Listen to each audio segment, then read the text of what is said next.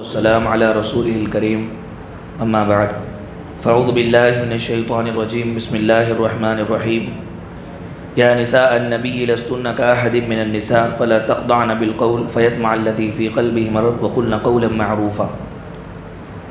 محترم بھائیوں، پیاری ماں اور بہنوں، الحمدللہ آج کو ہمارے 22 روزے مکمل ہوئے۔ اللہ رب العالمین سے دعا ہے کہ اللہ تعالی ہمارے روزوں کو قبول فرمائے، ہماری عبادتوں کو قبول فرمائے اور ان کے بدلے میں دنیا اور آخرت کی بھلائیاں اللہ تعالی ہمیں نصیب فرمائے، آمین۔ وَمَن يَقْنُتْ، یہ 22واں پارہ ہے، تھوڑا قریب آ جائیں۔ وَمَن يَقْنُتْ یہ 22واں پارہ ہے۔ اس پارے کے اندر بھی اللہ رب العالمین نے بہت ساری باتیں بتلائی ہیں۔ چند آیتوں کے کچھ اہم نکات انشاءاللہ آج ہم معلوم کریں گے۔ اس پارے کے شروع میں اللہ کے رسول صلی اللہ علیہ وسلم کی بیویوں کو مخاطب کر کے اللہ تعالیٰ نے 7 احکامات بتلائے، اور یہ احکامات ہمارے نبی کریم صلی اللہ علیہ وسلم کی بیویوں کے لیے خاص نہیں، بلکہ نبی کریم صلی اللہ علیہ وسلم کی بیویوں کے واسطے سے امت مسلمہ کی ساری ماں، بہن، بیٹی، بہو، یہ سب کے لیے احکامات ہیں۔ تو مومنہ عورتوں کے لیے یہ احکامات اللہ نے بیان فرمائے۔ پہلا حکم یہ کہا کہ کسی اجنبی مرد سے نزاکت کے ساتھ بات نہ کرو، یعنی نزاکت کہتے ہیں ایسا نرم گفتگو جس کے اندر اگر کوئی آدمی جس کا دل بیمار ہو وہ کچھ اور جذبہ دل کے اندر لے سکے، اس طرح کی باتیں اجنبی مرد سے نہیں کرنا چاہیے۔ اللہ رب العالمین نے فرمایا یا نساء النبی لستن کاحد من النساء ان اتقیتن فلا تخضعن بالقول، یعنی تم جب بات کرو تو اے نبی کی بیویوں اور امت کی ساری ماں اور بہنوں، جب اجنبی مرد سے بات کرنے کی نوبت آئے تو بات کرتے وقت لہجے کو نرم نہ بناؤ بلکہ معروف انداز میں بات کرو۔ وقلن قولا معروفا، یعنی اتنا گھٹ بھی بات نہ کرو کہ وہ ڈر جائے، اور اتنا نرم بھی بات نہ کرو کہ جس کے دل میں بیماری ہو وہ کچھ اور چاہت رکھنے لگے، بلکہ درمیانی انداز میں جو عام گفتگو ہے، یعنی گفتگو کے اندر نرم پن نہیں ہونا چاہیے، ایسا بول کر بہت گھٹ پن بھی نہیں ہونا چاہیے، بلکہ معمولی انداز میں بات کریں، ضرورت کی بات کریں۔ یہ بات اللہ تعالیٰ نے بیان فرمائی۔ اس کے بعد کہا بلا ضرورت گھر سے باہر نہ نکلے۔ عورت کا جو دائرہ کار ہے وہ گھر ہے، وہ گھر کی رونق ہے، وہ گھر کے اندر بچوں کی دیکھ بھال کرنے والی، شوہر کے مال کے حفاظت کرنے والی، گھر کو اچھا بنا کر کے رکھنے والی ہے۔ بلا ضرورت، بغیر کسی ضرورت کے یوں ہی باہر نکلتی نہ رہیں، ضرورت کے حساب سے وہ باہر نکل سکتی ہیں، بلا ضرورت گھر سے باہر نہ نکلے۔ اس کی وقرن فی بیوتکن ولا تبرجن تبرج الجاہلیۃ الاولی، پھر کہا کہ زمانہ جاہلیت کی خواتین کی طرح بالکل میک اپ کر کے، زیب و زینت کر کے باہر نہ نکلو، بلکہ سادگی کے ساتھ باہر نکلو۔ یہ اللہ تعالیٰ کا حکم، نکلنا ضروری ہی ہو تو زیب و زینت کے بغیر سادگی کے ساتھ باہر نکلیں۔ اس کے بعد کہا واقمنا الصلاۃ، اے نبی کی بیویوں، اور اس واسطے سے سارے امت کے ماؤں، بہنوں، بیٹیوں، بہوؤں کو یہ دعوت ہے کہ نماز کی پابندی کرو۔ پھر کہا کہ زکوٰۃ ادا کرتی رہا کرو۔ پھر کہا اللہ اور اس کے رسول کی اطاعت و فرما برداری کرو، اور کہا کہ قرآن مجید کی تلاوت کرو اور نبی کریم صلی اللہ علیہ وسلم کی احادیث کا مذاکرہ کرو، قرآن کی آیت تلاوت کرو، قرآن پڑھو، سمجھو، سمجھاؤ اپنے بچوں کو، بچیوں کو، اسی طرح رسول اللہ صلی اللہ علیہ وسلم کی احادیث بھی پڑھتی رہو۔ یہ نیک گھرانے کی پہچان ہے کہ جس گھر کے اندر ماں نیک ہوتی ہے، دیندار ہوتی ہے، علم والی ہوتی ہے، اس ماں کے جو بھی بچے ہوتے ہیں وہ بڑے نیک اس لیے ہوتے ہیں کہ اللہ رب العالمین نے یہ سب کام کرنے کا حکم دیا ہے۔ اب مائیں پابندی کے ساتھ اس طرح کے کام کرتی رہیں تو ان کے گود سے جو بچے پل کر کے بڑے ہوتے ہیں، یہ بچے بڑے وفادار اور بڑے ایماندار اور بڑے نیک ہوتے ہیں، اللہ کے بڑے وفادار ہوتے ہیں۔ اس کے بعد اللہ رب العالمین نے عقیدہ ختم نبوت کو بتلایا۔ عقیدہ ختم نبوت یعنی ہمارے رسول صلی اللہ علیہ وسلم آخری رسول اور آخری نبی ہیں۔ آپ کے بعد کوئی نبی اب نہیں آئے گا، کوئی رسول نہیں آئے گا، ہمارے نبی آخری نبی ہیں۔ یہ بات اللہ رب العالمین نے بیان فرمائی، ما کان محمد ابا احد من رجالکم ولکن رسول اللہ وخاتم النبیین۔ محمد صلی اللہ علیہ وسلم تم میں کے کسی کے مردوں کے باپ نہیں ہے، یعنی آپ کے جو بچے تھے، بچہ یہ جوانی کی عمر کو نہیں پہنچا بلکہ بچپن ہی میں انتقال ہو گیا، جتنی بھی تھی بچیاں تھیں، تو مرد نہیں ہوا بچہ آپ کا، تو مردوں میں سے کسی کے باپ نہیں تھے ہمارے نبی، بلکہ آپ اللہ کے آخری رسول تھے، نبیوں کو ختم کرنے والے ہیں۔ ہمارے نبی نبیوں کو ختم کرنے والے ہیں، آپ کے بعد کوئی نبی نہیں ہے۔ خود رسول اللہ صلی اللہ علیہ وسلم نے بیان فرمایا، لوگوں میرے چلے جانے کے بعد میری امت میں 30 جھوٹے لوگ آئیں گے، ان میں کا ہر ایک یہ دعویٰ کرے گا کہ میں نبی ہوں، ہر ایک یہ دعویٰ کرے گا کہ وہ نبی ہے۔ یاد رکھو اللہ رب العالمین نے مجھے خاتم النبیین بنایا ہے، میں آخری نبی ہوں، میرے بعد کوئی نبی آنے والا نہیں ہے۔ اس کے بعد رسول اللہ صلی اللہ علیہ وسلم نے بیان فرمایا کہ میرے 5 نام ہیں، ایک میرا نام محمد ہے، دوسرا میرا نام احمد ہے، اور تیسرا میرا نام ماحی ہے، اللہ رب العالمین میرے ذریعے سے کفر کو مٹائے گا دنیا سے، اور چوتھا میرا نام حاشر ہے، یعنی قیامت کا جو حشر ہوگا وہ میرے چلے جانے کے بعد قیامت قائم ہوگی، اور میرا ایک نام عاقب ہے، یعنی میں آخر میں آنے والا ہوں، میرے بعد اب کوئی نبی آنے والا نہیں ہے۔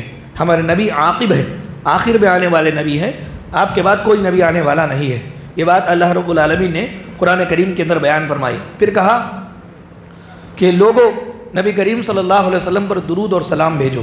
یہ اصل میں اس کا ایک فلیش بیک ہے، اس کا ایک پس منظر ہے۔ پس منظر یہ کہ مکے کے کافر اور مدینے کے منافق ہمیشہ اللہ کے رسول صلی اللہ علیہ وسلم پر طرح طرح کی الزام تراشیاں کرتے تھے، الزامات لگاتے تھے، اللہ کے رسول خراب ہے بول کر، مجنون ہے، پاگل ہے، دیوانے ہیں، اور کیا بولتے تھے؟ بولتے تھے کہ خاندانوں میں جدائی ڈالنے والا ہے۔ آپ کو اگر کوئی یہ بات بولے کہ اس آدمی سے نہ ملو، جو بھی اس آدمی سے ملتا ہے خاندان کے اندر بیوی سے الگ ہو جاتا ہے، بچوں سے الگ ہو جاتا ہے، ٹوٹ جاتا ہے، توڑنے والا ہے یہ، ایسا بولیں گے تو آپ کتنا دور رہیں گے اس آدمی سے؟ اس طرح دور رکھنے کے لیے نبی کریم صلی اللہ علیہ وسلم پر الزامات لگاتے تھے مکے کے کافر لوگ اور مدینے کے منافق لوگ، طرح طرح کی الزامات پیارے رسول صلی اللہ علیہ وسلم پر تراشتے تھے، تو نبی کو بدنام کرنے کی کوشش میں مصروف رہتے تھے۔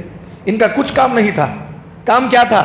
کام بس یہی تھا کہ ہر ایک آدمی کے پاس فرس سے جاتے تھے، جا کر کے رسول کے خلاف باتیں بول کر آتے تھے، ہمیشہ یہی کام صبح سے لے کر کے شام تک۔ صبح میں پھر اٹھے، انہوں نے کھانا کھا لیا، اب ہم لوگ کیا کرتے؟ ناشتہ وغیرہ کر لیے تو ہم کام کرنے کے رہتا، کام کو چلے جاتے، پھر شام میں آتے، تو ان کا کچھ کام نہیں، کام بس یہی ہے کہ محمد کو بدنام کریں۔ اللہ رب العالمین نے بیان فرمایا کہ یہ کیا آپ کو نقصان پہنچائیں گے؟ اللہ رب العالمین اپنے نبی پر رحمتوں کی بارش کر رہا ہے، اور فرشتے نبی کے حق میں دعائے رحمت اور برکت کر رہے ہیں۔ اے نبی، یہ بیہودہ لوگوں کے بکواس سے آپ کو کوئی کچھ بھی نقصان نہیں پہنچتا، کیونکہ اللہ رب العالمین آپ کے ساتھ ہے، اللہ تعالیٰ آپ کی تعریف کر رہا ہے۔ اللہ رب العالمین نے بیان فرمایا، ان اللہ و ملائکتہ، بے شک اللہ اور اس کے فرشتے یصلون علی النبی، نبی پر درود اور سلام بھیجتے ہیں۔ یا ایھا الذین آمنوا، مومنو صلوا علیہ وسلموا تسلیما، اللہ کے نبی صلی اللہ علیہ وسلم پر تم بھی درود اور سلام بھیجو۔ اللہم صلی علی محمد وعلی آل محمد کما صلیت علی ابراہیم وعلی آل ابراہیم انک حمید مجید، اللہم بارک علی محمد وعلی آل محمد کما بارکت علی ابراہیم وعلی آل ابراہیم انک حمید مجید۔ میرے بھائیو، اس واقعے سے، اس آیت سے ہمیں کیا پتہ چلا؟ پتہ یہ چلا کہ ہم وہ کام کرتے رہیں جن کاموں کے کرنے سے اللہ رب العالمین ہم کو خیر اور بہتر کہتا ہے۔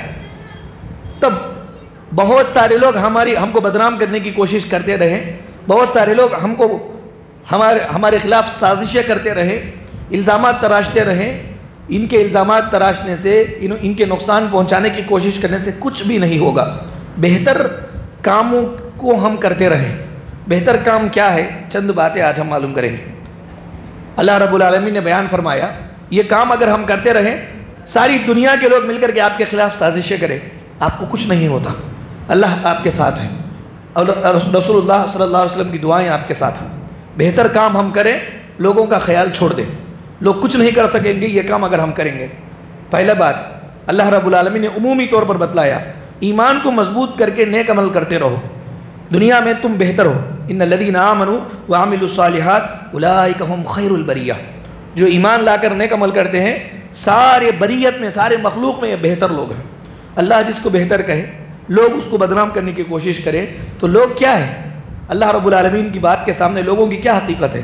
کوئی آدمی سورج کو بدنام کرنے کی کوشش میں اپنا منہ اٹھا کر کے سورج کے اوپر تھوکے تو یہ تھوک اسی کے اوپر آ کر پڑے گا۔ یہ اللہ رب العالمین نے وعدہ کیا ہے، خیر پر عمل کرتے رہیں، اللہ تبارک و تعالیٰ آپ کو خیر والا بنا کر کے رکھے گا، لوگوں کی سازشیں آپ کو کچھ بھی نقصان نہیں پہنچائے گی۔ پھر نیک اعمال میں کچھ تفصیل بتلائی، یہ عمل ہم کرتے رہیں۔ پہلے کہا کہ روزہ رکھیں، روزہ رکھنے والے بہتر ہیں، یہ فرض روزے اور نفل روزے بھی۔ اللہ نے فرمایا وَأَن تَصُومُوا خَيْرٌ لَكُمْ، لوگوں روزہ رکھو تمہارے لیے بہتر ہے، روزہ رکھنے والے بہترین انسان ہیں۔ پھر اس کے بعد اللہ نے فرمایا نفلی عبادات کرتے رہو، صدقہ ہو، خیرات ہو، نمازیں ہو، اسی طرح سے حج ہو، یہ نفلی جو چیزیں ہیں ضرورت سے زائد، فرض کے علاوہ یہ تم کرتے رہو، یہ تمہارے لیے بہت بہتر ہے۔ اللہ نے فرمایا وَمَن تَطَوَّعَ خَيْرًا فَهُوَ خَيْرٌ لَهُ، جو آدمی نفل کام زیادہ کرتا ہے اس کے لیے یہ بہت بہتر ہے، یعنی بہتر انسان ہے۔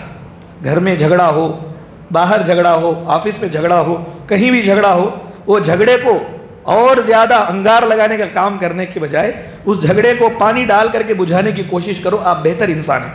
اللہ نے بیان فرمایا وَالصُّلْحُ خَيْرٌ، صلح میں خیر ہے اور صلح کرنے والا خیر والا ہے۔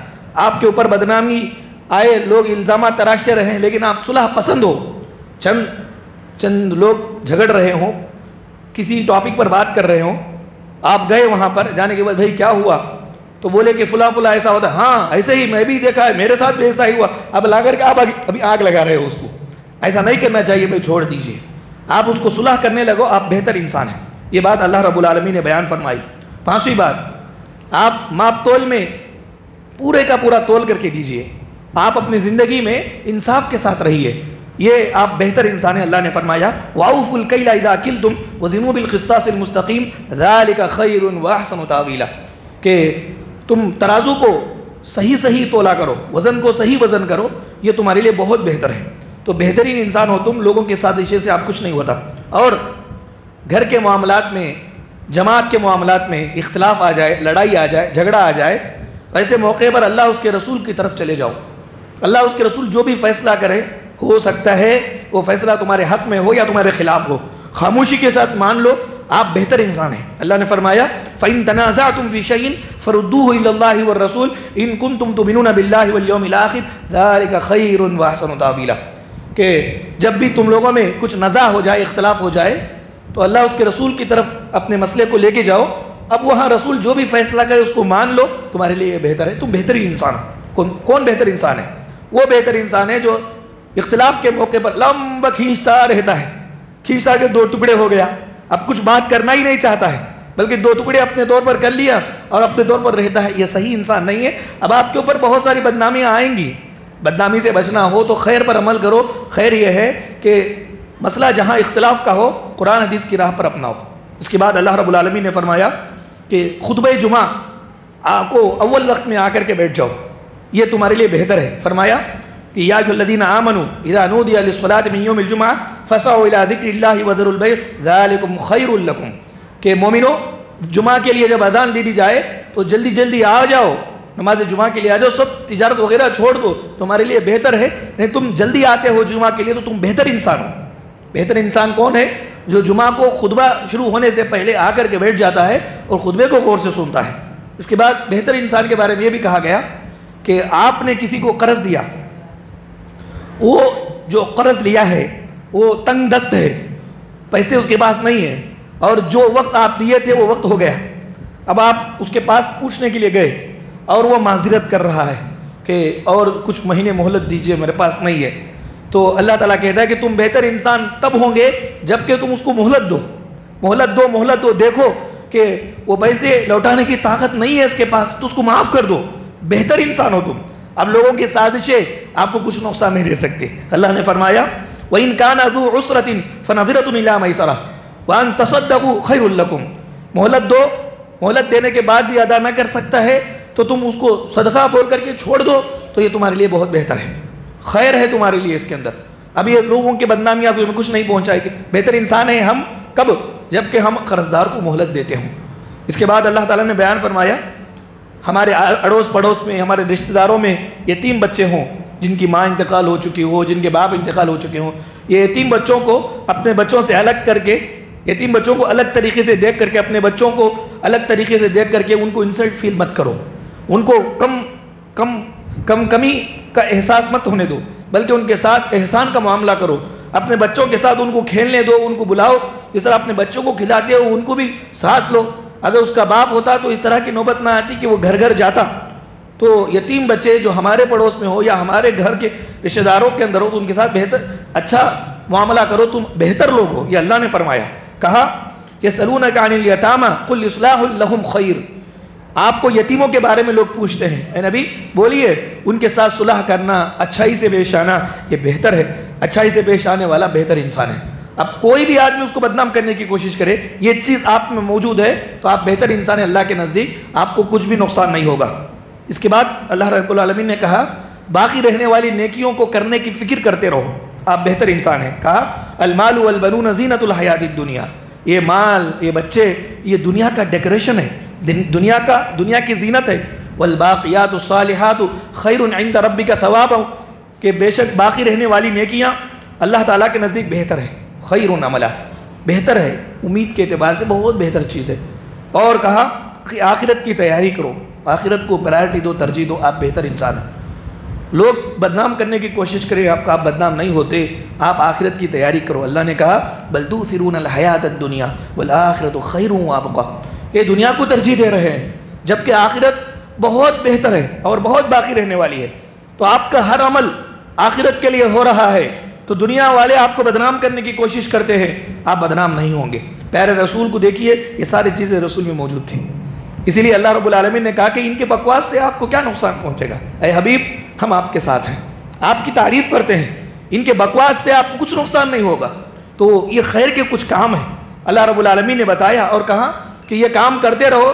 دنیا والے 1000 سازش آپ کے پیچھے کرے، آپ کو کچھ نہیں ہوگا میرے بھائیوں. اس کے بعد یہ کہا سچی خیر خواہی اگر کرنا ہو تو کیا ہے. سچی خیر خواہی یہی ہے دنیا والوں کے اوپر کہ سب لوگ قرآن اور حدیث پر عمل کریں.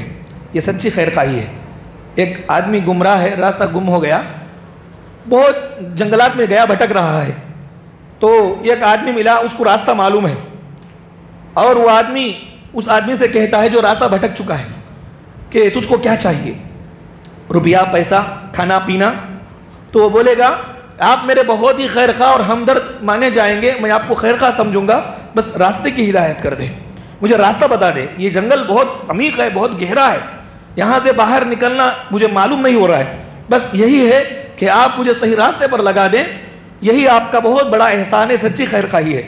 اللہ کے رسول صلی اللہ علیہ وسلم جب تک ابھی نہیں آئے نبی بنا کر کے، ساری دنیا کے لوگ گمراہی کے عمیق غار میں پڑے ہوئے تھے. پیارے رسول کو اللہ بھیج کر کے وہ عمیق غار سے نکال کر کے صحیح راستہ بتانے والا بنایا.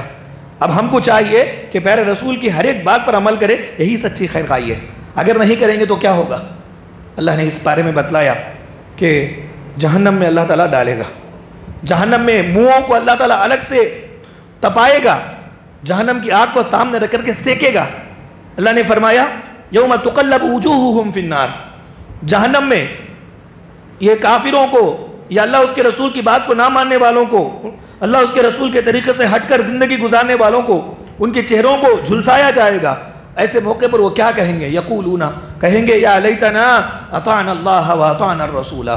ہائے کاش ہم اللہ کی بات کو مان لیتے، رسول اللہ کے طریقے کو مان لیتے تو اس طرح جہنمیوں میں سے ہم نہ ہوتے. اتنا بول کر کے چھوڑ دیے؟ نہیں چھوڑے، بلکہ اور بولنے لگے. وقالو ربنا انا اطعنا سادتنا وکبراءنا فاضلونا السبیل. اے ہمارے پروردگار، ہم نے جو اللہ کا راستہ، تیرا راستہ اور رسول کا راستہ ہم نے جو چھوڑا ہے، یہ ہماری طرف سے ہم نے نہیں چھوڑا، ہمارے بڑوں کی ہم نے بات مانی. انا اطعنا سادتنا وکبراءنا، ہمارے سرداروں کی اور ہمارے بڑوں کی ہم نے بات مانی. فاضلونا السبیل، یہ بڑے لوگوں ہی نے ہم کو گمراہ کر دیا. سچی خیر خواہی کیا ہے؟ سچی خیر خواہی یہ نہیں ہے کہ ہمارے بڑوں کی بات کو ہم مانیں.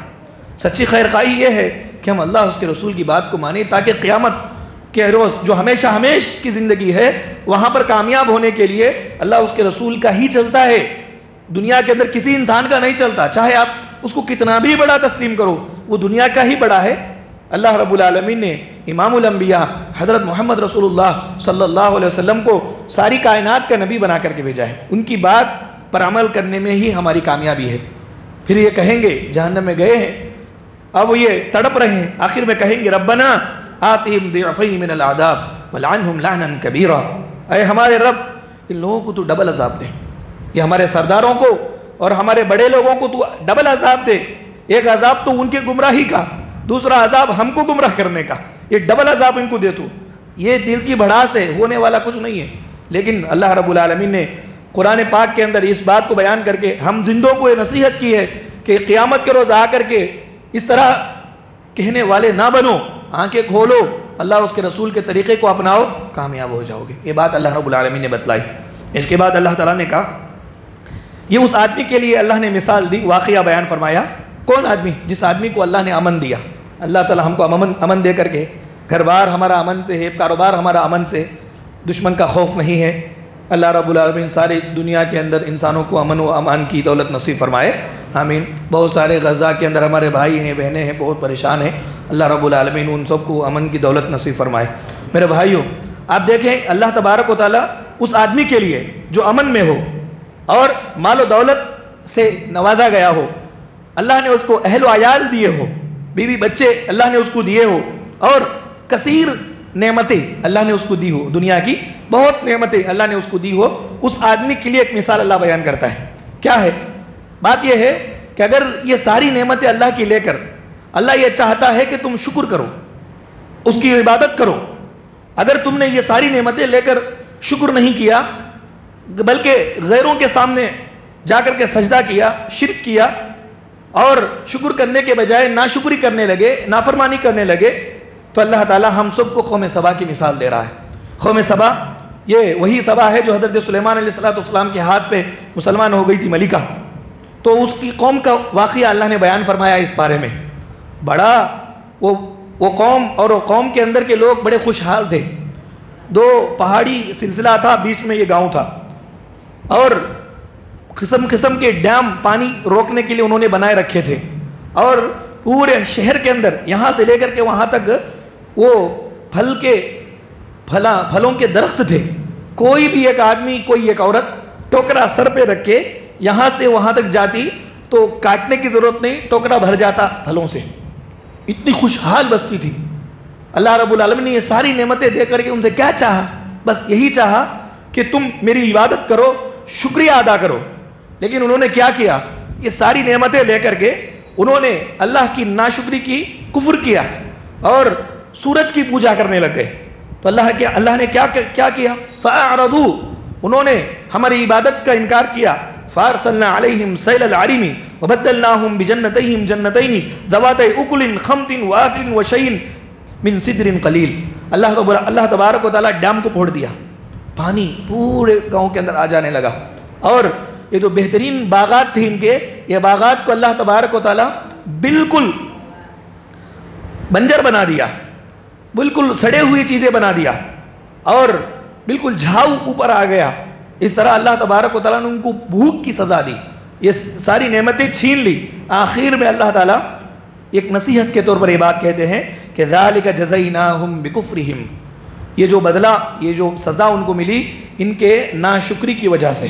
نعمتیں لے کر کے اللہ کی عبادت کرنا, شکر گزاری کرنا تھا, ناشکری کی وجہ سے یہ سزائیں ان کو ملی. وَهَلْ نُجَازِي إِلَّا الْكَفُورُ, ایسے ہی سزائیں ہم ناشکر بندیوں کو دیتے ہیں. انسان بھی زمین کے جیسا ہے. آپ اچھی زمین میں پانی ڈالو, پھول اگائے گی, پھل اگائے گی, اور بنجر زمین میں پانی ڈالو, کانٹے دار درخت اگائے گی. کانٹے دار ایسے چیزیں اگائے گی جو کچھ بھی کام کے نہیں ہیں. انسان بھی ایسے ہی 2 طرح کے ہیں. اچھے انسان کے ساتھ احسان کرو, شکریہ ادا کرے گا, اور خراب انسان کے ساتھ احسان کرو, تکبر کرے گا, ناشکراپن کرے گا. یہی بات اللہ نے مثال بیان فرمائی, اور یہ تعلیم ہمیں دی کہ اچھی زمین کے جیسا بن کر کے رہے.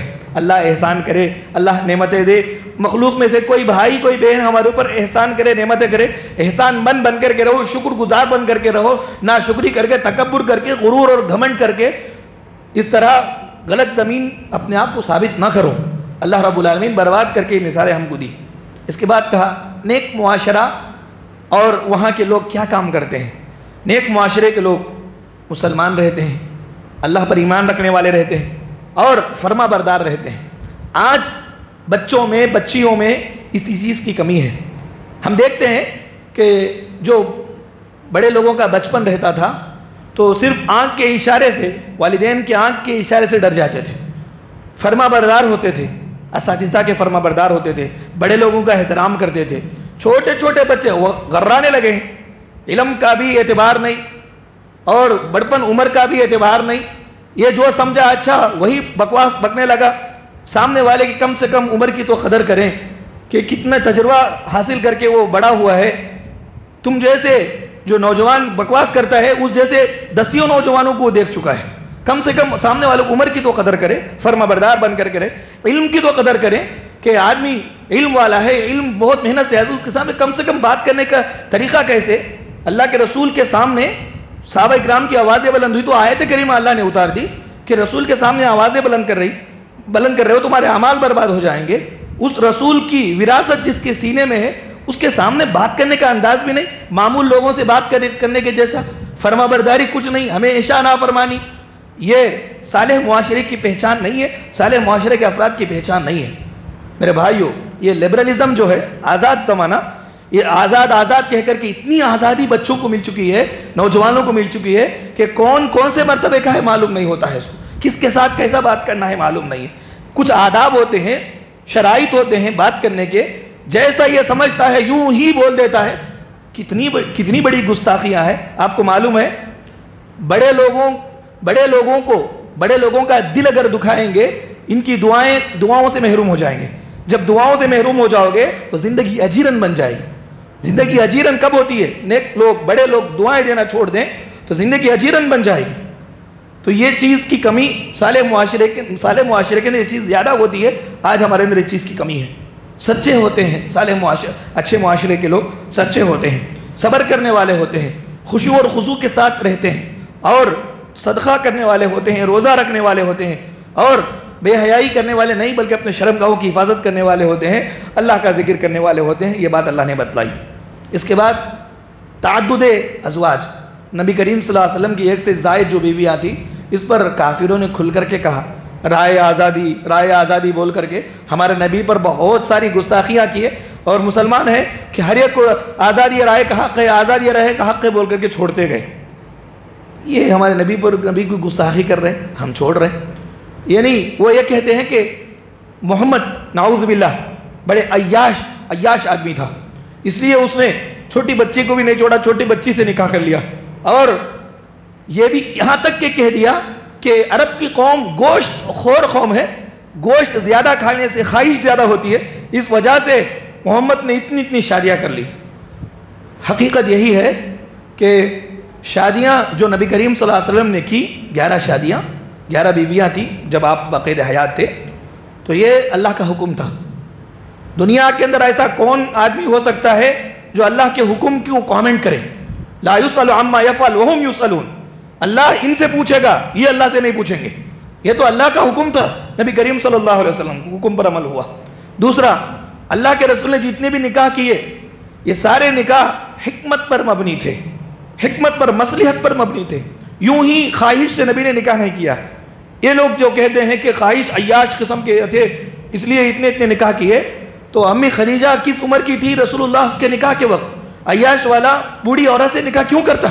یہ جبکہ جوان تھے, 25 سال کی عمر کے تھے, اور امی خدیجہ کی عمر 40 سال, 40 اور 5 سال, کتنی الگ الگ روایات ہیں, 40 اور 5 سال, 40 سال کی عمر تھی.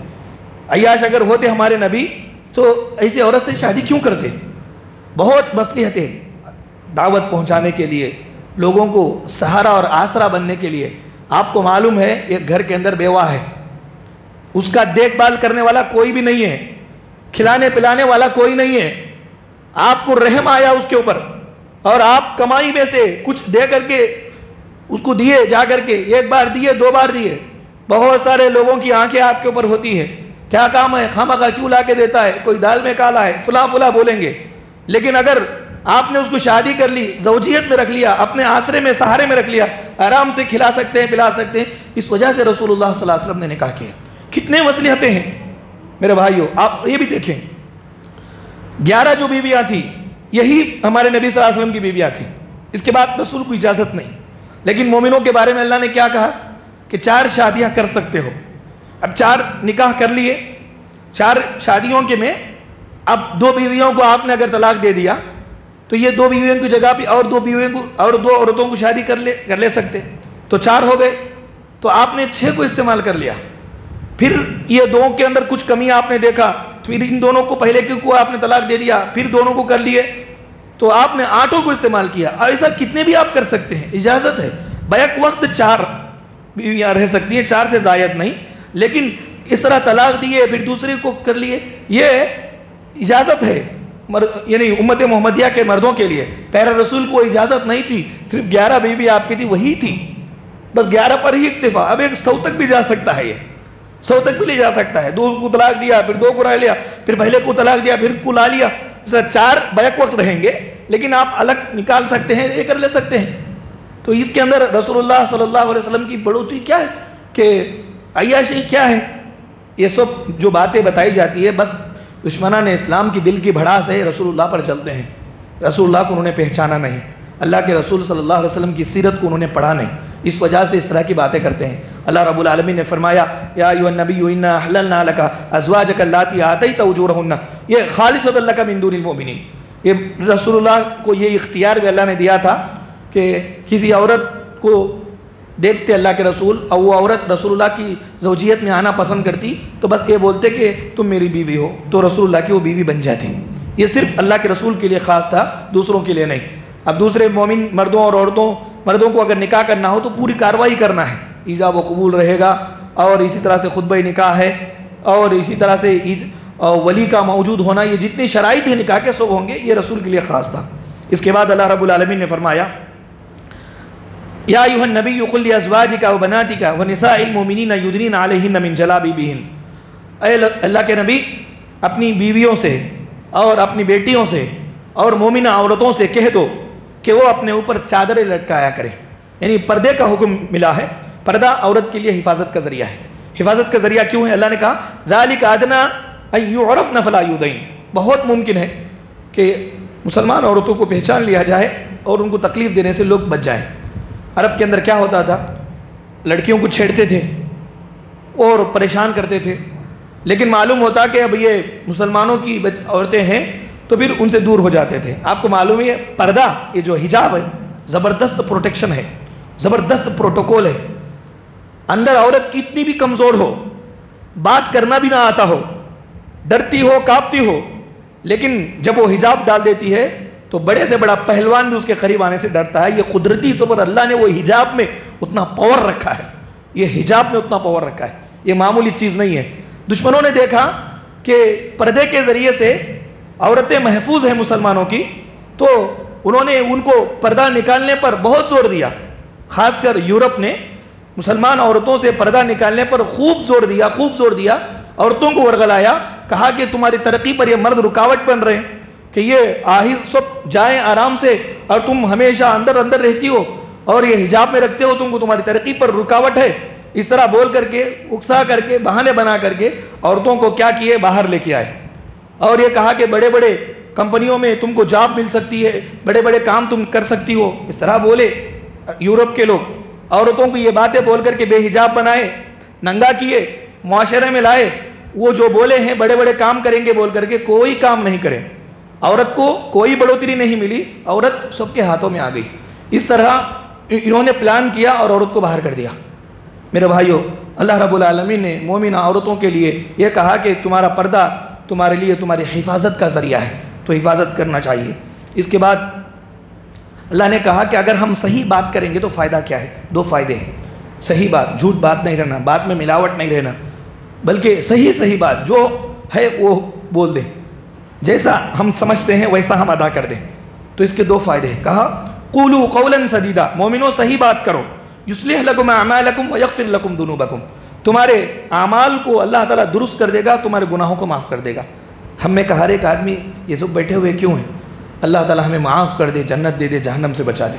تو اللہ رب العالمین کہتا ہے کہ تمہارے عملوں کو اللہ درست کرے گا، اس لائق بنائے گا کہ اللہ تعالیٰ اس عمل کو قبول کر لے گا، اور تمہارے گناہوں کو بھی معاف کر دے گا۔ بات صحیح کرو، دو رخاپن بات میں نہیں رہنا، ڈبل میننگ بات میں نہیں رہنا، بلکہ جو ہے صاف صاف کرو. مومن صاف بات کرتا ہے. اس کے بعد اللہ نے کہا کہ اس کتاب کو جن لوگوں کو دیا، لوگوں کی 3 قسمیں ہو گئی. ثم اورثنا الکتاب الذین اصطفینا من عبادنا، ہمارے بندوں میں سے جس کو ہم نے کتاب کا وارث بنایا امت مسلمہ، اس کی 3 قسمیں ہیں. ایک فمنہم ظالم لنفسہ، جو اپنے نفس پر ظلم کرنے والے ہیں، یعنی اس کتاب کو مانتے نہیں ہیں. ومنہم مقتصد، بعض مانتے ہیں گناہ بھی کرتے ہیں نیکیاں بھی کرتے ہیں. ومنہم سابق بالخیرات باذن اللہ، اور بعض ہیں کہ بہت زیادہ نیکیوں میں آگے بڑھ جاتے ہیں اللہ کی اجازت سے. معلوم ہوا کہ آدمی نیکیوں میں آگے بڑھ رہا ہو اللہ کی اجازت ہو تو ہی بڑھتا ہے. اس لیے 2 کے بارے میں نہیں کہا، تیسرے کے بارے میں کہا سابق بالخیرات باذن اللہ. تو معلوم یہ ہوا کہ اگر کوئی کسی آدمی کو نماز روزہ رکھنے کی توفیق مل رہی ہے، اچھے کام کرنے کی توفیق مل رہی ہے، تو اپنے نفس پر فخر نہ کرے، بلکہ اللہ کا شکریہ ادا کرے کہ اللہ کی اجازت، اللہ نے اس کو اجازت دی ہے تو یہ کام کر رہا ہے. اللہ کی اجازت نہ ہوتی تو یہ کام وہ نہیں کر سکتا.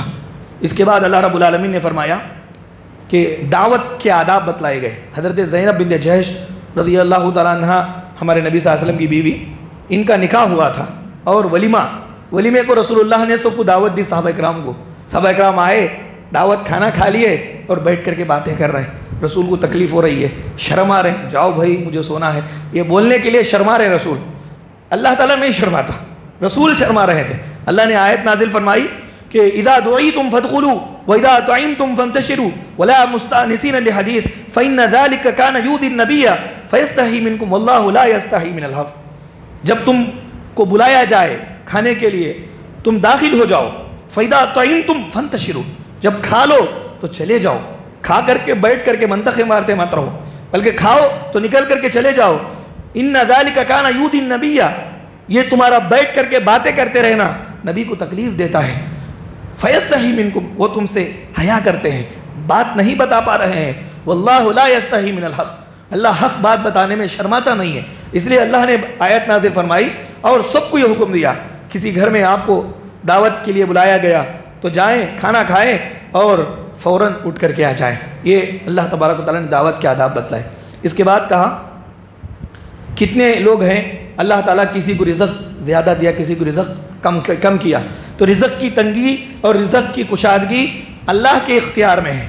انسان کے عقل پہ، اس کی سوچ پہ، اس کی عقل مندی پہ، ہوشیاری پہ نہیں ہے.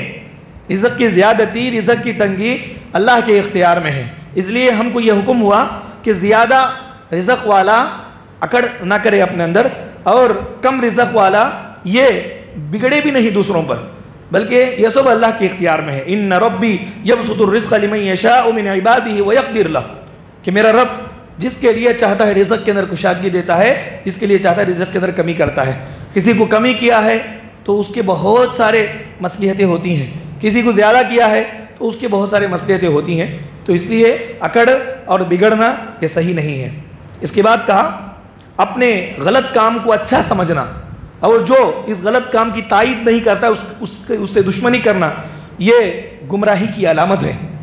اگر کوئی آدمی اپنے ہی کام کو اچھا سمجھ رہا ہے، جو اس کی تائید نہیں کر رہا ہے اس کو برا سمجھ رہا ہے، تو یہ خود گمراہ ہونے کی نشانی ہے. یہ انبیاء اکرام کی جو قومیں تھیں، ان کی پریشانی یہی تھی کہ رسول صحیح بات بتاتے تھے، یہ اپنے طور پر جس کو صحیح سمجھتے تھے اسی پر اڑے رہتے تھے اور رسول کی بات کا انکار کرتے تھے اور بولتے تھے کہ تمہاری بات ہم نہیں مانیں گے کیونکہ جو ہم سمجھ رہے ہیں وہی صحیح ہے. تو معلوم یہ ہوا کہ اپنے غلط کام کو، حالانکہ بت پرستی غلط چیز تھی، رسول کی اتباع نہ کرنا غلط چیز تھی، یہ غلط چیز کو انہوں نے صحیح سمجھ لیا تو یہ گمراہی میں ہے. یہ بات اللہ نے بتلائی. انسان کو سمجھ لینا چاہیے، اگر غلط وہ بول رہا ہے اس کو درست کرے، اصلاح کرے تو مان لینا چاہیے، ایسا کرنا چاہیے. اس کے بعد کہا ہمیشہ دیکھیں قرآن پاک کو پڑھیں آپ، رسول کی مخالفت کے لیے سر پہلے کون اٹھاتے تھے؟ رسول کی مخالفت کے لیے سر پہلے مالدار لوگ اٹھاتے تھے. مالدار لوگ ہی کیوں اٹھاتے تھے؟ اب یہ جو غریب لوگ ہیں ان کے پیچھے رہتے تھے. پہلے جواب مالداروں کی طرف سے آتا تھا.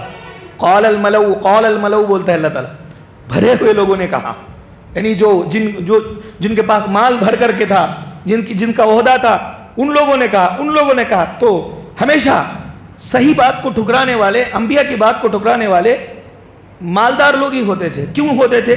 اس لیے کہ پہلی بات تو یہ گھمنڈ میں رہتے تھے، اور دوسری بات یہ ہے کہ مزاج ان کا عیاش ہوتا تھا، اور اگر نبی کی بات کو مان لیں گے تو نبی حلال و حرام کی پابندیاں لگاتے ہیں ان کے اوپر، یہ نہیں کرنا، یہ کرنا، یہ نہیں کرنا، یہ کرنا. تو اب ان کو ایسے معلوم ہوتا تھا کہ ان کی آزادی چھینی جا رہی ہے، ان کی آزادی کو چھینا جا رہا ہے، اس لیے وہ سمجھتے تھے کہ اگر ہم اس کی بات کو مان لیں گے تو ہماری آزادی پر خطرہ ہے. اس لیے فوراً رسولوں کی بات کو، حق بات کا انکار یہی لوگ کرتے تھے، مالدار لوگ کرتے تھے، اور جو بھی معمولی لوگ تھے ان کے پیچھے ہوتے تھے. میرے بھائیوں، اس کے بعد اللہ رب العالمین نے بیان فرمایا کہ نابینا، اندھا اور بینا، دیکھنے والا اور اندھا، یہ دونوں برابر نہیں ہو سکتے. کہ وما یستوی الاعمی والبصیر ولا الظلمات ولا النور، اندھیرا اور روشنی یہ برابر نہیں ہو سکتے. ولا الظل ولا الحرور، سایہ اور دھوپ یہ دونوں برابر نہیں ہو سکتے. اور زندہ اور مردہ یہ دونوں برابر نہیں ہو سکتے. یہ مختلف مثالیں اللہ نے دیا. یہ دونوں کیسا، تم سمجھتے ہو نا کہ اندھا اور بینا یہ دونوں برابر ہو سکتے ہیں؟ جو دیکھتا ہے کائنات کو یہ، اور جو کچھ نہیں دیکھ سکتے وہ کیسے برابر ہو سکتے ہیں؟ روشنی اور اندھیرا برابر نہیں ہو سکتے. ایسے ہی ایک اللہ کی عبادت کرنے والا اور اللہ سے دور رہنے والا برابر نہیں ہو سکتے. اللہ کی عبادت کرنے والا وہ نور پر ہے، اور اللہ تعالیٰ سے دور رہنے والا یہ اندھیرے میں ہے، دنیا میں بھی اندھیرا، آخرت میں بھی اندھیرا. میرے بھائیوں، اور بہت ساری باتیں اللہ رب العالمین نے اس بارے کے اندر بیان فرمائی ہے. اللہ رب العالمین سے دعا ہے کہ اللہ تعالیٰ قرآن مجید کو ہمیں پڑھ کر کے سمجھ کر اس پر عمل کرتے رہنے کی ہمیں توفیق عطا فرمائے. اللہ تعالیٰ ہمارے روزوں کو اور ہماری عبادتوں کو قبول فرمائے. اگر یہ رات لیلۃ القدر ہو تو اللہ تبارک و تعالیٰ اس کی رحمتیں، برکتیں ہمیں نصیب فرمائے. ہماری عبادتوں کی اللہ تعالیٰ قدر فرما کر کے اللہ تعالیٰ ہم سب کی مغفرت فرمائے. اللہ رب العالمین جتنے بھی لوگ پریشان حال ہیں ان کی پریشانی کو دور فرمائے، اور جو مقروض ہیں اللہ تعالیٰ ان کی قرض کی ادائیگی کا غیبی انتظام فرمائے. اللہ تبارک و تعالیٰ سب کو صحت اور تندرستی کی دولت نصیب فرمائے. جو بیمار ہیں اللہ تعالیٰ ان کو شفاء کلی نصیب فرمائے. اللہ تبارک و تعالیٰ امت مسلمہ کی حفاظت فرمائے، اور جو لوگ بد امنی میں ہیں اللہ تعالیٰ ان کو امن کی دولت نصیب فرمائے. آمین. وآخر دعوانا ان الحمدللہ رب العالمین. سبحانک اللہم و بحمدک، اشہدو ان لا الہ الا انت، استغفرک و اتوب الیک.